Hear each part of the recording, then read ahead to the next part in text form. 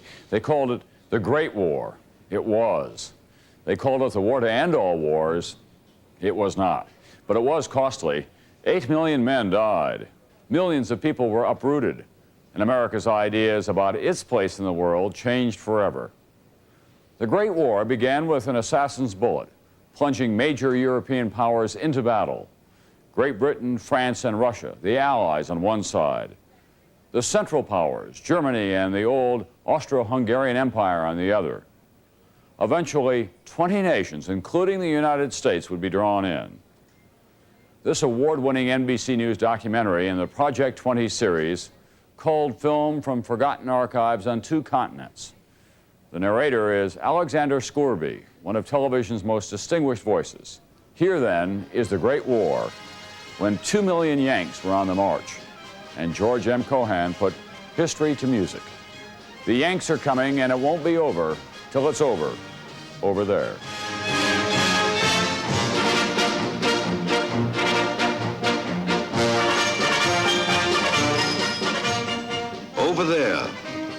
Over there before the Great War of 1914. Pomp, pageantry, parades, the show of might, with drums beating and guns yet silent. It is peacetime in Imperial Germany in the first decade of our century. The all-highest Wilhelm II, by the grace of God, German Emperor, King of Prussia, has announced to his subjects, "I will lead you into glorious times." Germany, youngest of the world's empires, is powerful, prosperous, proud. But in the expanding glory of Imperial Germany, her neighbors see something else: intimidation.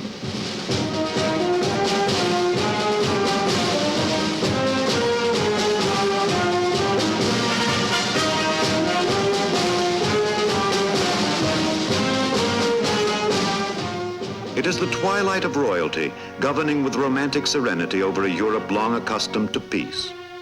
King George and Queen Mary of England pay courtesy calls on the Queen's aunt, the Dowager Grand Duchess of Mecklenburg-Strelitz, and on the King's first cousin, the Kaiser. War seems a thing of the past. In the words of a young historian named Winston Churchill, civilization has climbed above such perils. Christian charity, common sense have rendered such nightmares impossible. But he adds, it would be a pity to be wrong.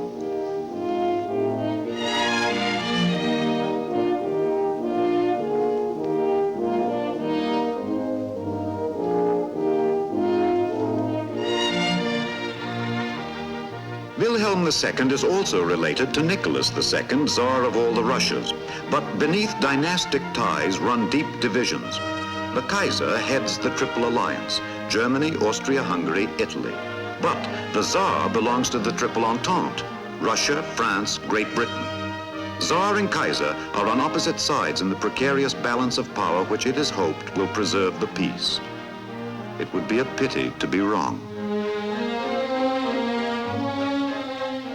If Russia is suspicious of German power and France resentful and England wary, the Kaiser can boast an ally elsewhere. Franz Joseph of Austria-Hungary, aging emperor of an aging empire. Among the major powers of Europe, the Kaiser, with an arrogance that breeds antagonism, has alienated the strongest and bound himself to the weakest.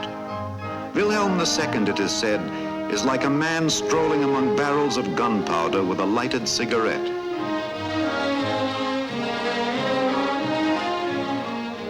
And still another royal reception. The Kaiser greets Albert, King of the Belgians, whose neutrality Germany is pledged by treaty to respect.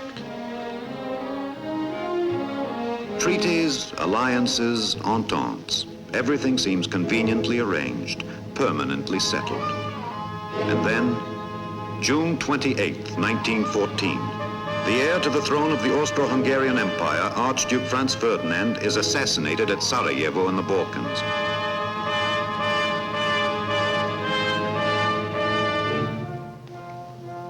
Is an archduke worth a war? On this issue, diplomats and generals begin to enmesh themselves in an unbreakable chain of blind causation. Austria, believing her prestige at stake and her empire threatened, accuses Serbia of instigating the archduke's murder. But if Austria marches, Russia, who also desires to dominate the Balkans, may intervene to stop her. How will Germany react to that? Europe's destiny depends on the answer.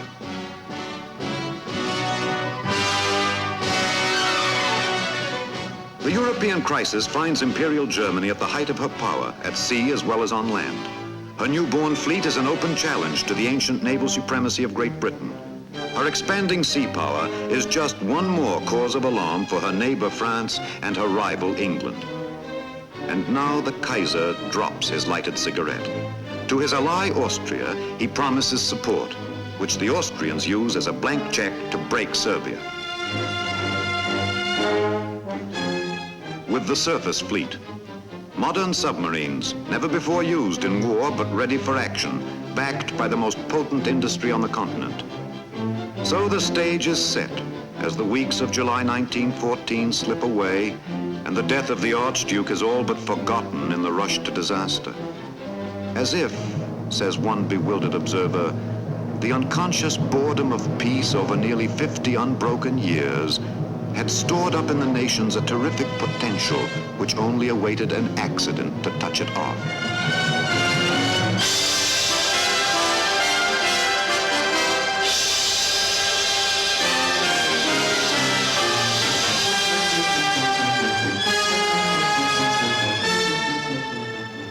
The nations slithered over the brink into the boiling cauldron of war. Amongst the rulers and statesmen who alone could give the final word which caused great armies to spring from the ground and march to and across frontiers, not one of them wanted war, according to the English statesman Lloyd George. But Europe goes singing to the battlefields, and in Paris they are saying, "À Berlin, on to Berlin," to recover the provinces of Alsace and Lorraine lost in the Franco-Prussian War and to support their ally Russia. And in Berlin they are saying, "Nach Paris, on to Paris," to crush an ancient enemy. Deutschland, Deutschland über alles.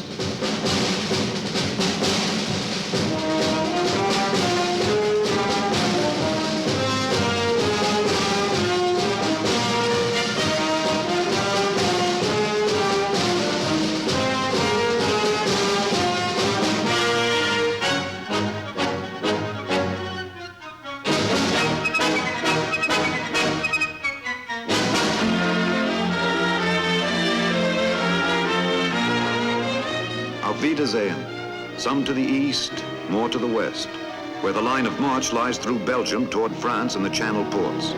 Belgium's neutrality has become a scrap of paper. With the rape of Belgium, the Great War begins.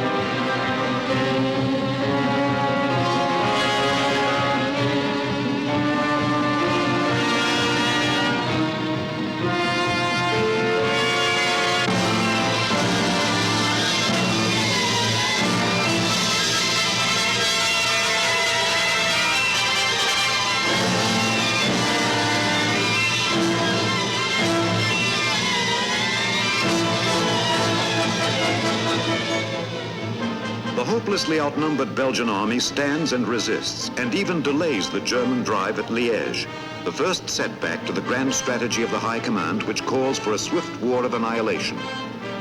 Yes, the Belgians delay the Germans, but they cannot stop them.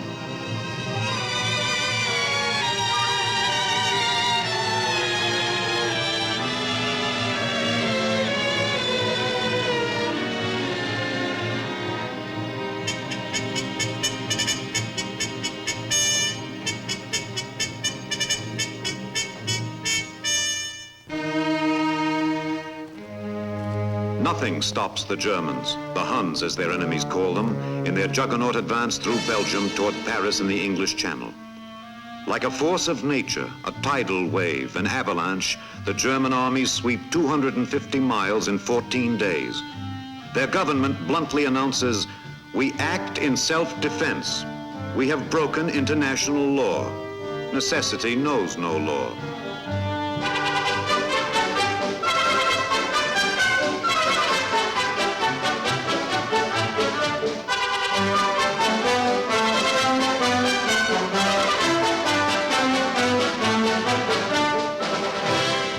Great Britain, August 4th, 1914.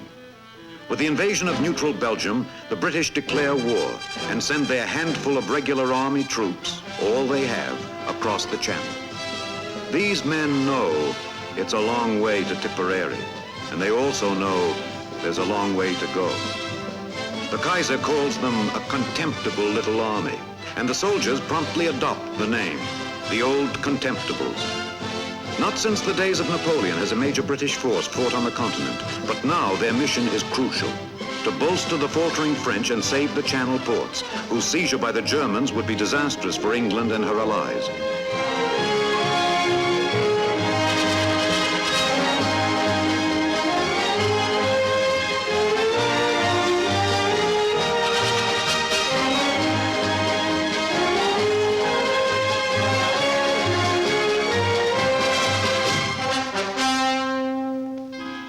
The Hun is at the gate of Paris, and the French use their taxi cabs, every means of transportation, to rush every available soldier to the front, a mere 18 miles away. On les aura, we will get them. And the French do, at the Marne, in the miracle of the Marne, where the Germans are stopped. France goes to battle in the spirit of her commander, General Foch. My left is broken, my right is weakening, the situation is excellent. I am attacking.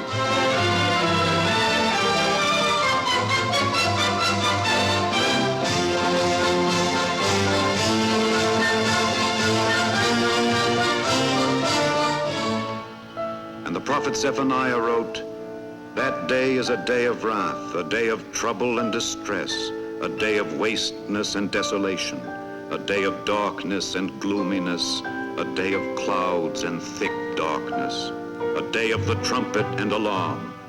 And I will bring distress upon men, that they shall walk like blind men."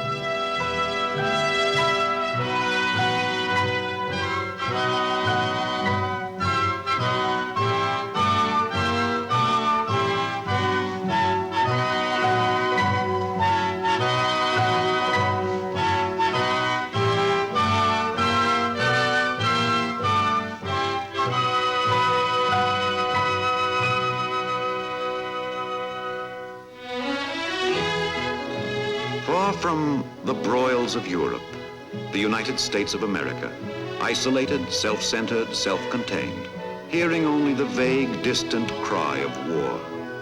Sympathy, yes, for bleeding Belgium, and there are gifts of food and clothing, but for the rest, the words of President Woodrow Wilson.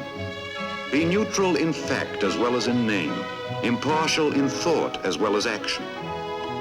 The man in the street puts it more simply. It's none of our business.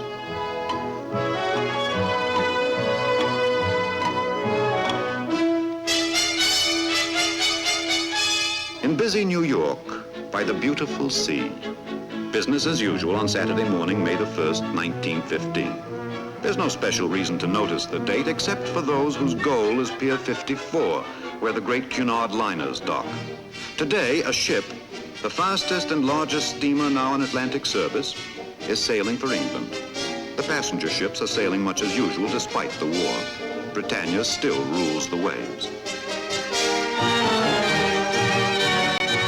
With almost 2,000 passengers and crew aboard, the Lusitania sails on schedule, confident that her 25 knots can outrun any German submarine blockading the British Isles. Why pay any attention to an advertisement that appeared in this morning's newspapers? Travelers intending to embark on the Atlantic voyage are reminded that vessels flying the flag of Great Britain are liable to destruction in the war zone. Signed, Imperial German Embassy.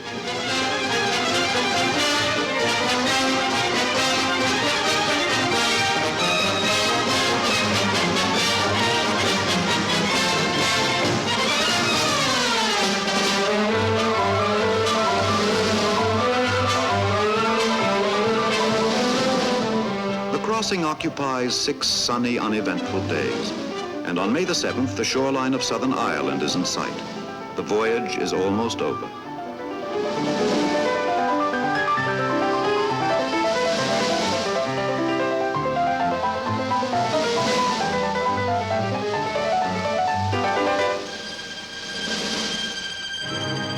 From the log of the German submarine U-20, Kapitän Leutnant Schwieger commanding. Dead ahead, 4 funnels and 2 masts of a steamer. Clean bow shot from 700-meter range.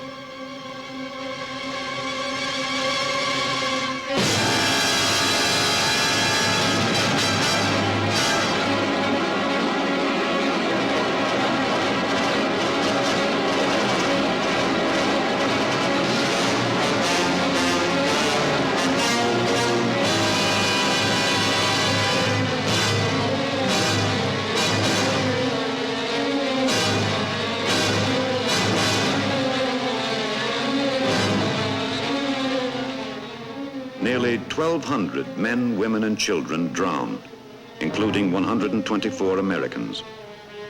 More, much more than a voyage ends with the sinking of the Lusitania. In the eyes of millions of Americans, Germany becomes an international outlaw, a menace to civilization.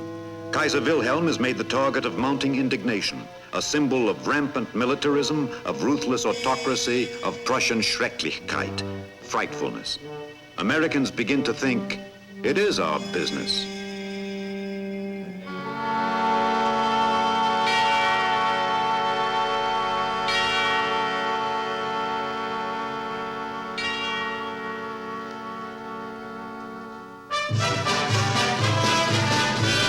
But I didn't raise my boy to be a soldier remains the sentiment of the American Peace Society, the Friends of Peace, and others who demonstrate against any involvement in Europe. Emotional forces are aroused. Deep social currents are running beyond the ability of man to fathom and foresee.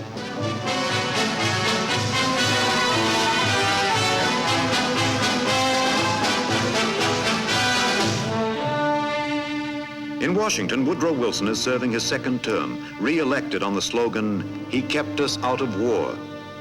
Now, the impact of unrestricted submarine warfare, the ties of language, tradition, and commerce with the Allies, the growing revulsion against Prussian militarism, are threatening to force new decisions, new policies on the president. But as leader of the world's mightiest neutral, he would like to remain neutral and become peacemaker to the world by negotiating the end of the war. He advocates, works for a peace without victory in Europe.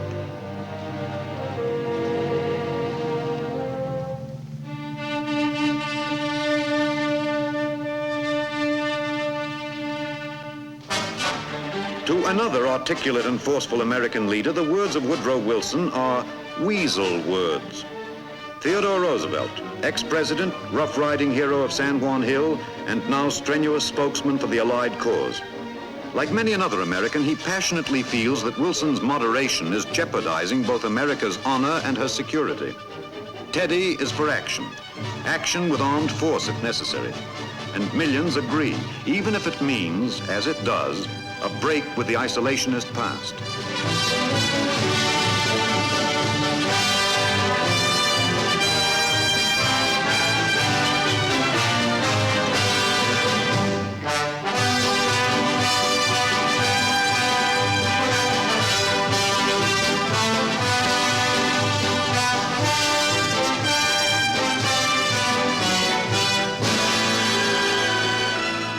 Washington, February 1917.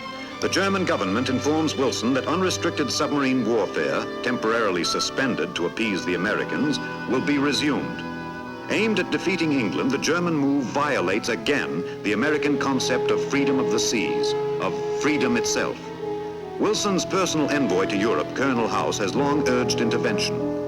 Secretary of State Lansing supports the president in breaking off diplomatic relations with Germany, as does Newton D. Baker, the Secretary of War.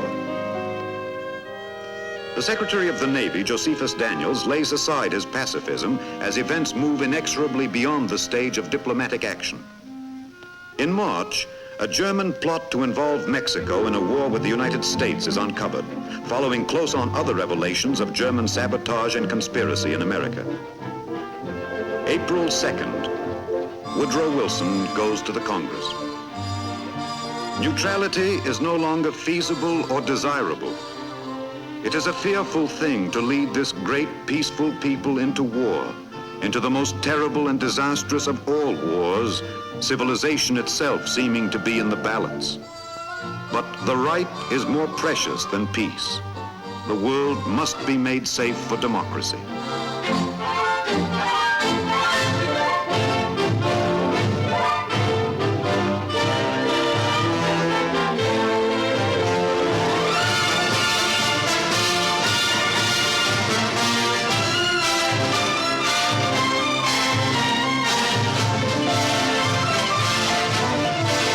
Cheers and songs and flag waving, America goes to war wide-eyed and eager.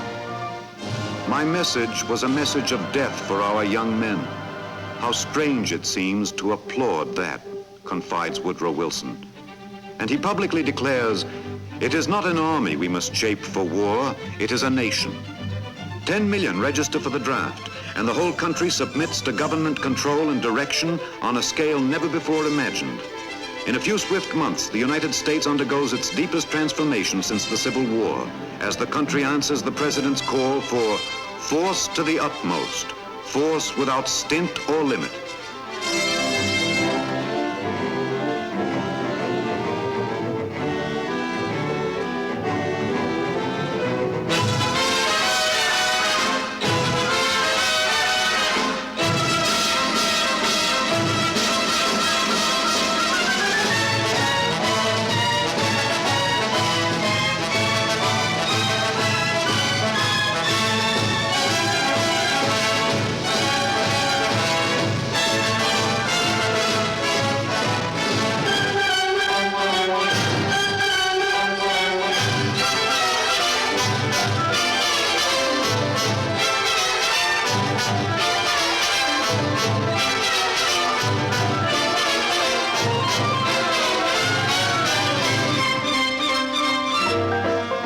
The mobilization of the mind, given new scope and intensity by the American genius for advertising.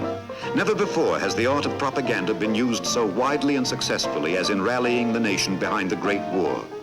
Movie favorites like Marie Dressler are a powerful new influence on the national scene, and the whole rising galaxy of Hollywood stars twinkles patriotically to boost the sale of Liberty bonds. America's sweetheart, Mary Pickford, does her bit. I'm in love with you, pretty baby.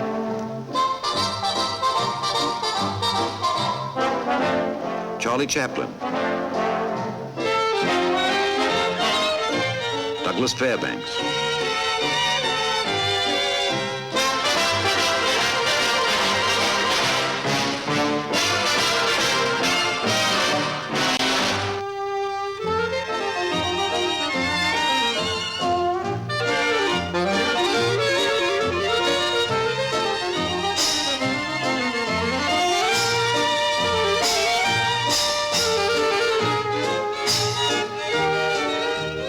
The Germans have said, the Americans cannot swim, they cannot fly, they will not come.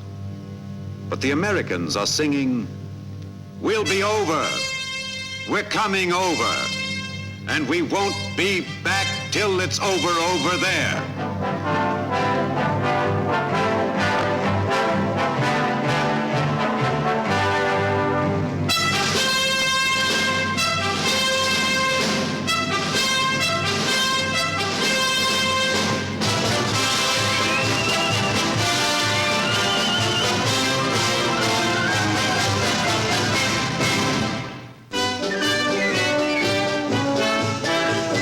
Broadway, hello France, for more than 2 million young Americans. And with them goes something more powerful than all their weapons and equipment. The words of Woodrow Wilson. We have no selfish ends to serve. We desire no conquest, no dominion. We fight for the ultimate peace of the world and for the liberation of her peoples, the German peoples included. For millions on both sides, the words of Wilson lift the war high above the stalemated slaughter of the battlefields, above the savage strangling on the sea and under it, and give it moral significance. A war to end war.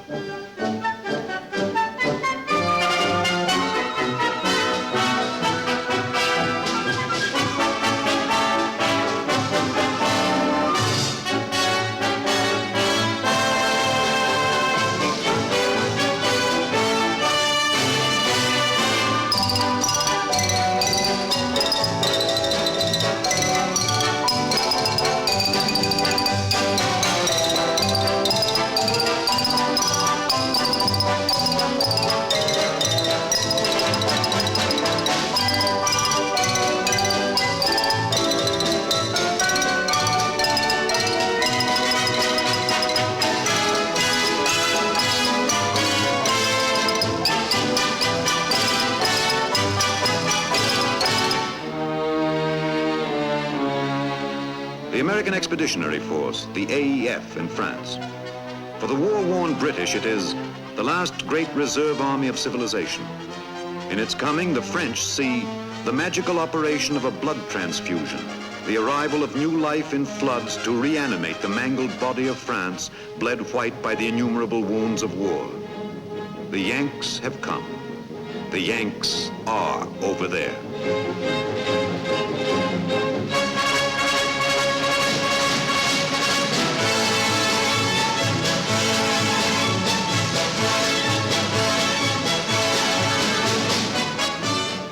General John J. Black Jack Pershing, commander of the American troops, applauds the words of his subordinates.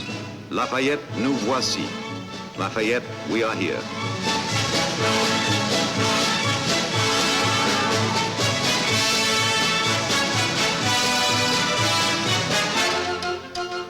Before battle, months of training, reorganization, and deployment. Time to see something of France, which of course means Paris. Back home, they're having wheatless Mondays and meatless Tuesdays and hunting spies and hounding slackers. But behind the lines in France, the most important thing, the most important girl in the world is Mademoiselle from Armentières, who hasn't been kissed in 40 years. Oh, the general got the Croix de Guerre, but the son of a gun was never there. Hinky-dinky parley-woo.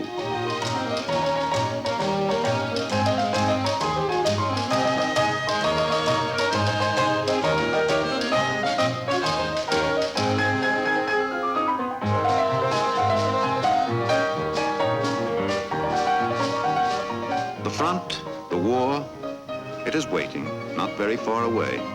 The fields of France and Flanders, no man's land. After 3.5 years of futile attack and bloody repulse, victory seems no nearer for either side. 700,000 casualties, French and German, at Verdun, and nothing gained. 60,000 British lost in a single day on the Somme, and nothing changed. And the worst comes at Passchendaele, and nothing changes but the casualty list.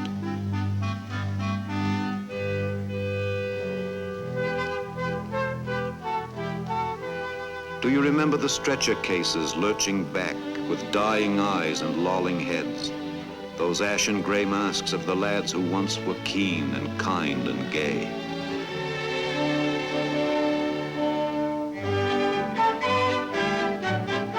But in spite of everything, they sing, "What's the use of worrying? It never was worthwhile.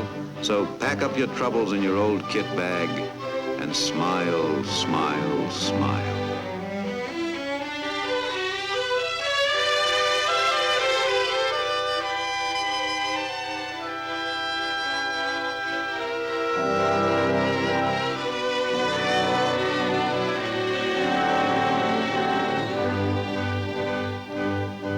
A whole generation, British, French, German, the finest, the best, the bravest on both sides, is fed into the mincing machine.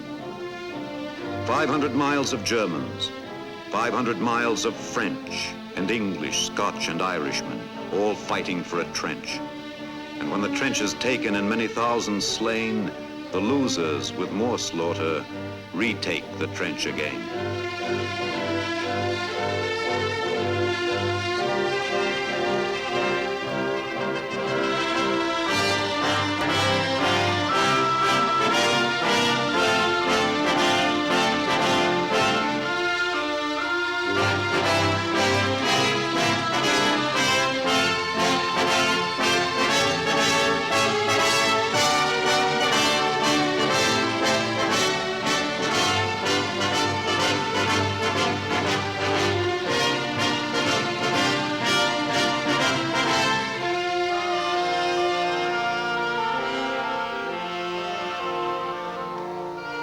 As 1917 ends, the trenches run unchanged from Switzerland to the English Channel, and the greatest battle of all is yet to come.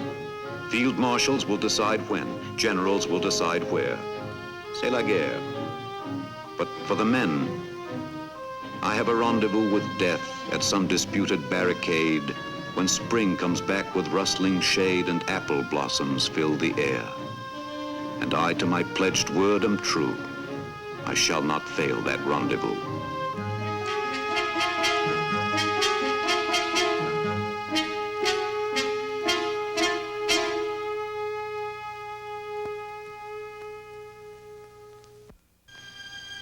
German High Command. With the coming of 1918 comes a momentous decision. The Central Powers, Germany, Austria, Turkey, Bulgaria, have a new Supreme Commander, Field Marshal Hindenburg, hero of the strategic victories which have defeated Imperial Russia and paved the way for the Communist Revolution. But Germany's war at sea has failed, and the Western Front is deadlocked. So Hindenburg and the General Staff decide on what they admit is a gambler's throw in the West, where the war will be won or lost.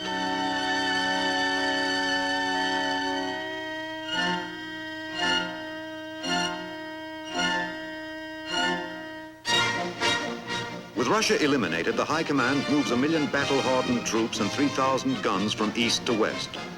The race for France begins.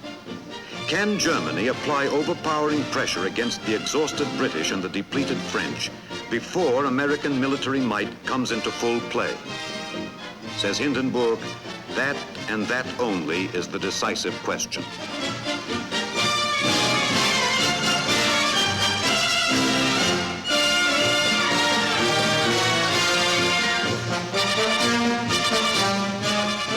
Time will no longer wait for either side. Behind the Kaiser's unbroken military front, unrest is simmering. Great Britain's naval blockade has sapped the German economy. Germany's allies are faltering. American strength is growing. For Hindenburg and his brilliant chief of staff, Ludendorff, there remains only their gambler's throw. Break the enemy line, split the British from the French, and bring the allies to their knees.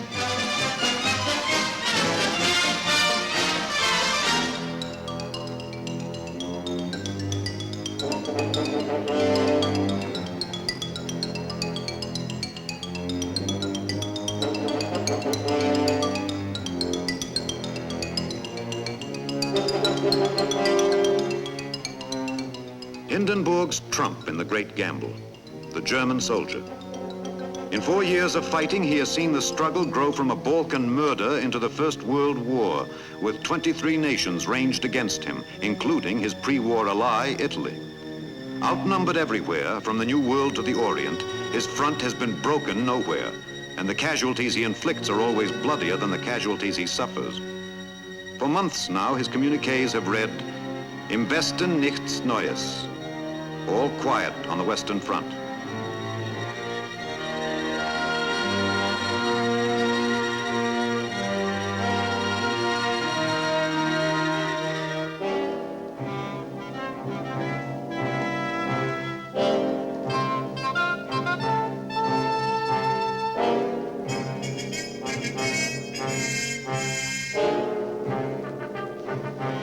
For the first time since the invasion of Belgium, German numerical superiority in the West. 750,000 men secretly marshaled along a 50-mile front. March the 21st, 1918. The great offensive of the Great War.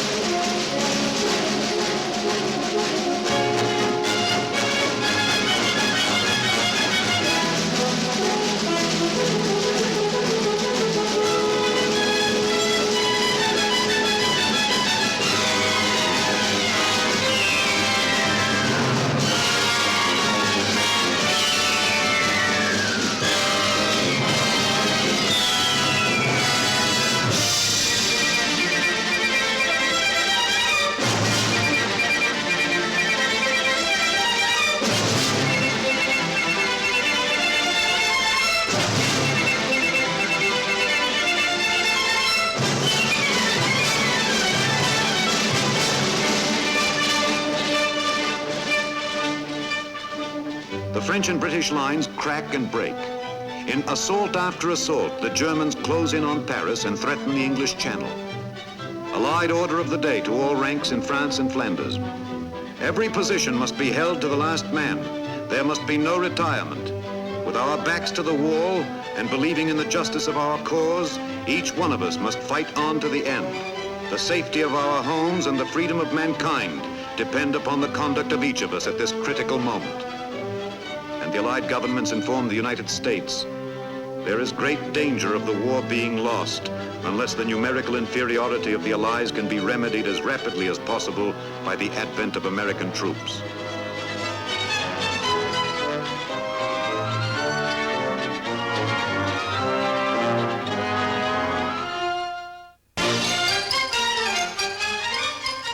Now suddenly the roads to the front begin to be filled with endless streams of Americans. The impression made upon the hard-pressed French by this seemingly inexhaustible flood of gleaming youth in its first maturity of health and vigor is prodigious. Half-trained, half-organized, with only their courage, their numbers, and their magnificent youth behind their weapons, they are to buy their experience at a bitter price. But this they are quite willing to do. So Winston Churchill describes the advent of the Americans on the Western Front as the caissons go rolling along.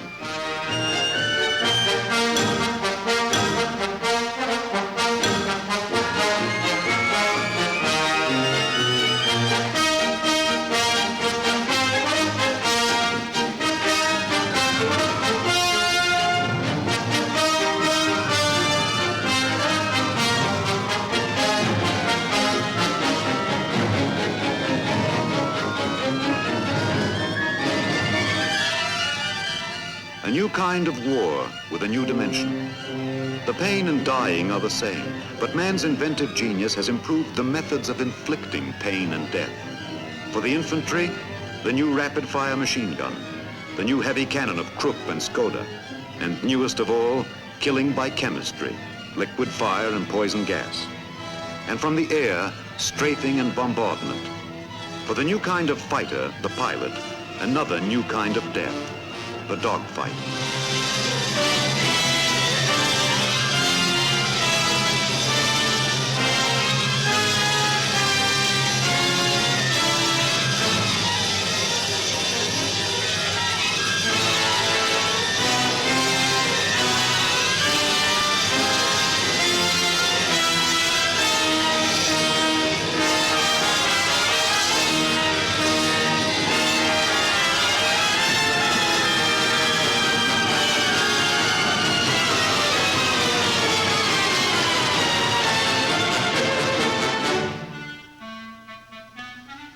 The big parade, to support the British at Amiens, to hold them on bridges with the French at Château-Thierry.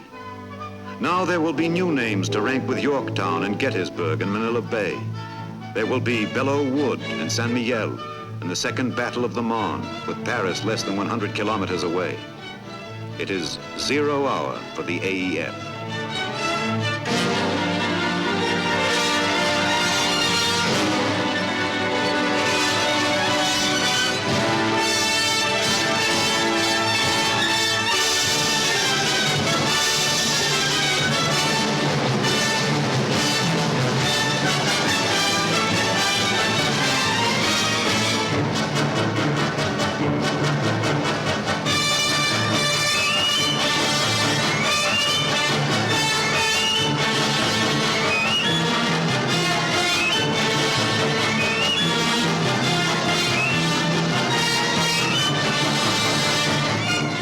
July 1918, counterattack, over the top. For the Yanks, it's heaven, hell, or Hoboken by Christmas. And the Marines yell, "Come on, you! Do you want to live forever?"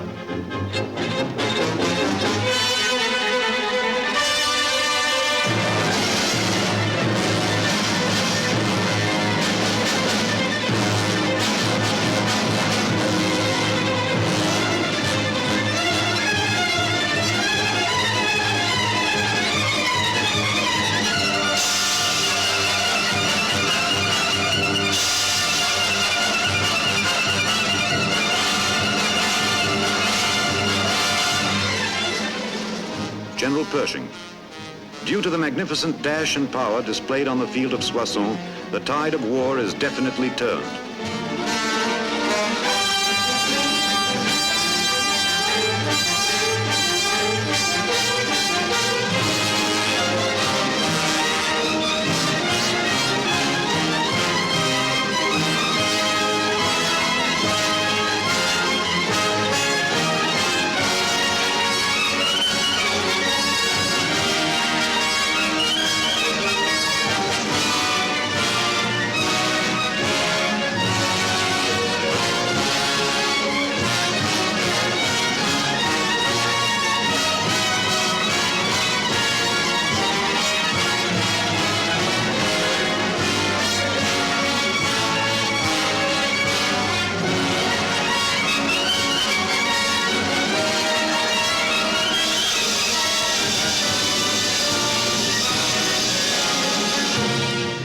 German resistance, heroic. German losses, disastrous. Their exhausted infantry now must cope with tanks, conceived and perfected by the British, who used them to breach the Hindenburg Line on August the 8th, the Black Day of the German Army.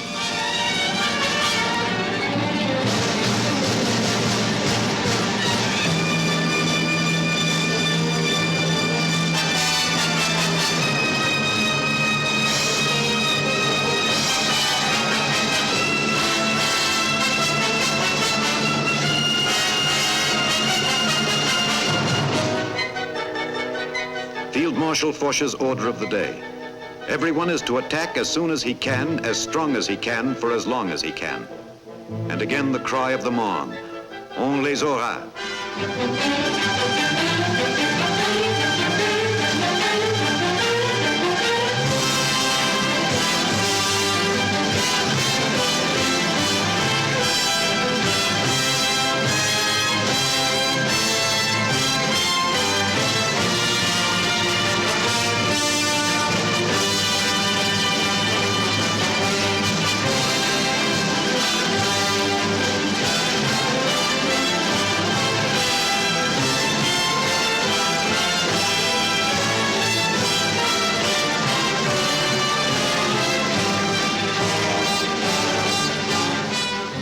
Late September 1918.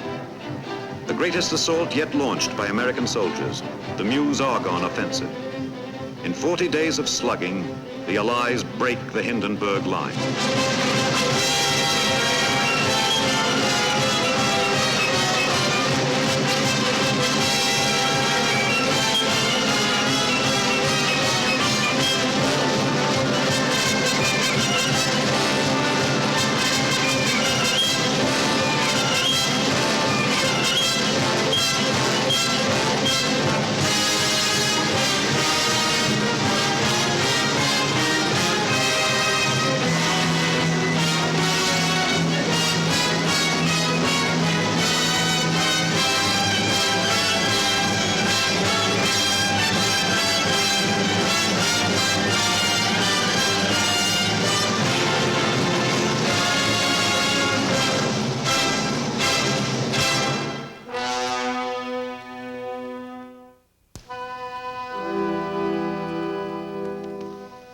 There are perhaps 10 million men dead of this war, and perhaps 100 million persons to whom death would be a blessing, writes an American ambassador in Europe.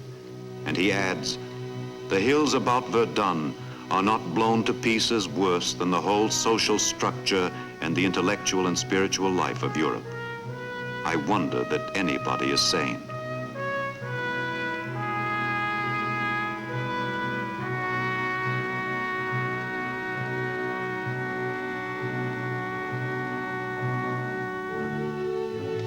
I will lead you into glorious times, the Kaiser once said.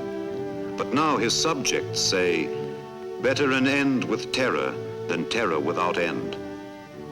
4 months of shattering defeat at the front, unrest, revolution, mutiny at home, the hope of a just peace and a better, freer world as promised by President Wilson's 14 points. All these have at last destroyed the German army and its allies. Hindenburg admits, the struggle was beyond our strength.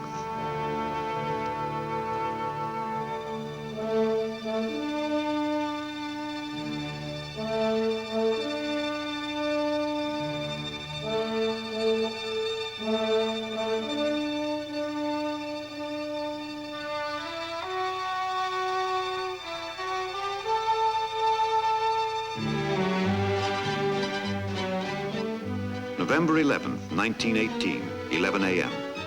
The 11th hour of the 11th day of the 11th month. The Kaiser has fled to Holland. Imperial Germany has ceased to exist. The Great War is over.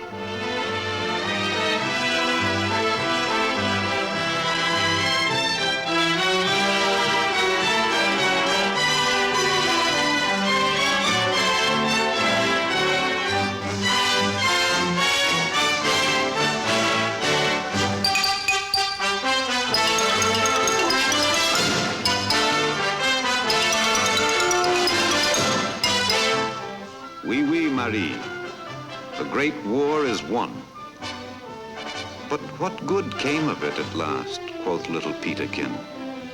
Why, that I cannot tell, said he, but 'twas a famous victory.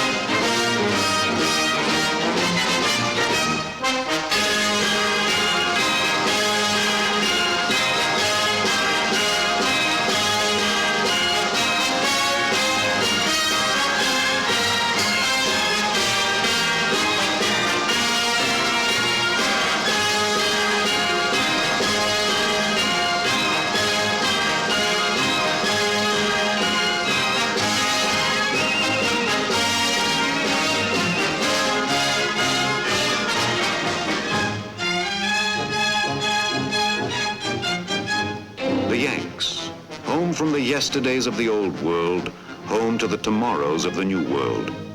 Their country has emerged from the Great War as the most powerful nation on earth. An era has ended, another begins. And we won't come back till it's over there. 50,000 Yanks will never come back. But those that do believe that it is over there, that they have made the world safe for democracy, that they have fought the war to end war. And so, Johnny comes marching home.